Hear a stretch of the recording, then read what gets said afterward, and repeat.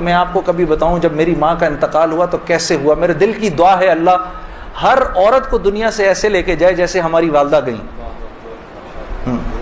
گھر کی خواتین میں سب سے پہلے میری والدہ پردے میں آ گئیں فوراً. اور مولوی صاحب کہہ رہے ہیں ان کے انتقال کا بتائیں، میں ضرور بتاؤں گا آپ کو، مختصراً بتاتا ہوں. میری ساؤتھ افریقہ کی تشکیل تھی، پیچھے والدہ کی طبیعت بہت خراب ہو گئی. مجھے بھائی نے بولا جنید بھائی آ جائیں واپس کیونکہ امی جا رہی ہیں، امی نے اب نہیں رکنا. تو میں نے ساتھیوں سے کہا، انہوں نے کہا یار چلے جاؤ کیا فرق پڑتا ہے، یہ پھر یاد کرو گے ساری زندگی. اب میں سوچتا رہا، اب میں نے امی کو فون کیا، میں نے کہا اماں آ جاؤں؟ کہا نہیں ہرگز نہیں آنا. تو میں نے کہا کیوں؟ تو کہنے لگی اگر میرا انتقال ہوا تو میں کتنی خوش قسمت ہوں کہ میں اللہ کو بتاؤں گی کہ جب میرا انتقال ہوا تو میرا بیٹا تیرے راستے میں تھا. تو تم مت آؤ، مجھے کچھ نہیں ہوگا، اور اگر ہو گیا تو اس کو اللہ کی مرضی سمجھ رہا، بس میرے لیے تم دعا کرنا.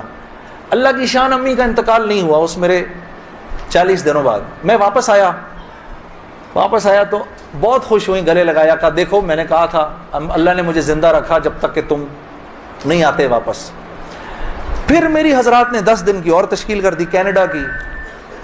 تو میں نے کہا اماں پھر 10 دن کے لیے بھیج رہے ہیں، جاؤں نہیں جاؤں؟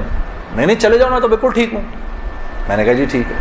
میں جس دن گیا ہوں اس دن ہم ٹورانٹو میں مرکز میں بیٹھے ہوئے تھے، تو وہ پوری ٹورانٹو کی شورا سامنے بیٹھی ہوئی تھی.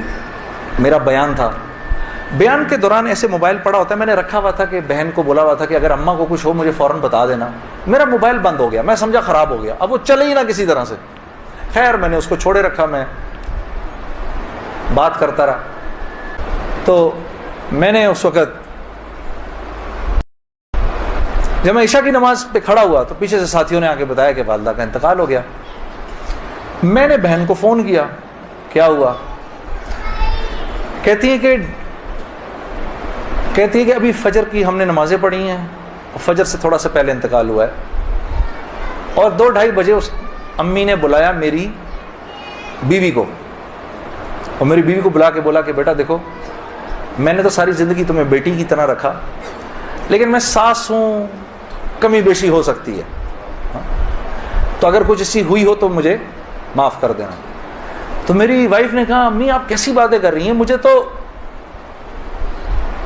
کبھی خیال بھی نہیں آیا اس بات کا. ہاں آپ نے مجھے اس سے کم سمجھا ہی نہیں.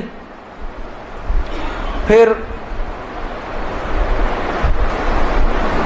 میری بہن سے کہا کہ تم بیٹا مجھے لگتا ہے میں آج چلی جاؤں گی، مجھے سورہ یاسین سناؤ. تو میری بہن نے ان کو سورہ یاسین سنائی. تو میری بہن کہتی ہے کہ آنکھیں بند کر کے لیٹ گئیں اور مجھ سے کہا کہ اب سورہ رحمان سناؤ. تو سورہ رحمان پڑھتے پڑھتے میری امی نے آنکھیں کھولیں، اور آنکھیں کھول کے میری بہن سے کہا کہ منیزہ یہ دیکھو یہ کس قدر ایک حسین عورت تمہارے ساتھ کھڑی ہوئی ہے،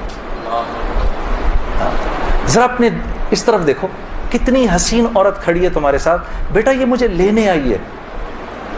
تو میری بہن کہتی ہیں کہ اماں یہاں تو کوئی نہیں کھڑا. نہیں اس کے پیچھے دیکھو، اس کے پیچھے بھی کچھ لوگ کھڑے ہیں. تو میری بہن کہتی ہے کہ میں نے کہا اماں تو چلیں پھر کلمہ پڑھیں، پھر آپ کے جانے کا وقت ہے. کہا اپنے ابا کو بلاؤ جلدی سے.